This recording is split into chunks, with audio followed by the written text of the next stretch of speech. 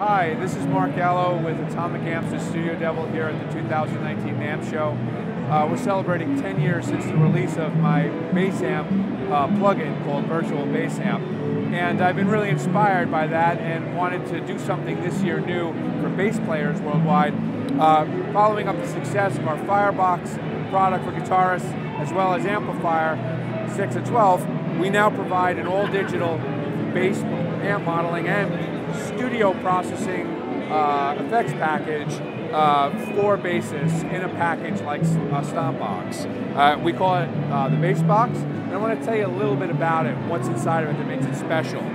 It is sort of a design that we try to incorporate the mindset of a bass player by modeling a lot of really good studio gear for recording and playing bass live. We have a compressor section first that has 3 modes.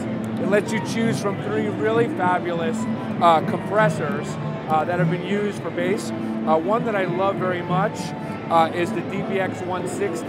There's one that's inspired by that. There's another one that's inspired by a Cali 76. There's a couple other really good goodies in there.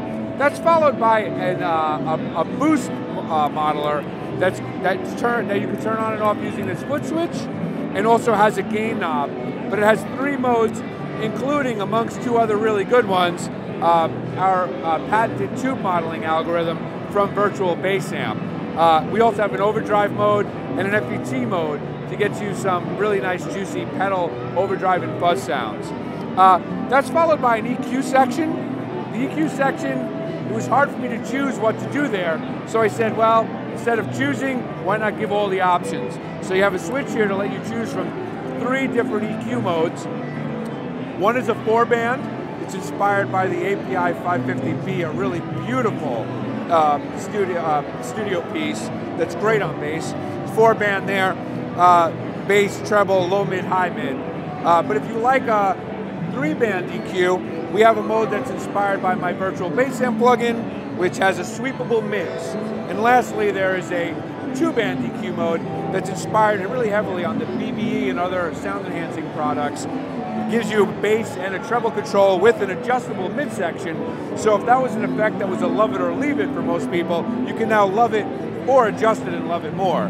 Lastly, and this is where the modeling side comes in, we have 3 different amp model slots that with a editor software that you plug in with USB, you can choose what impulse response and what amp model you have.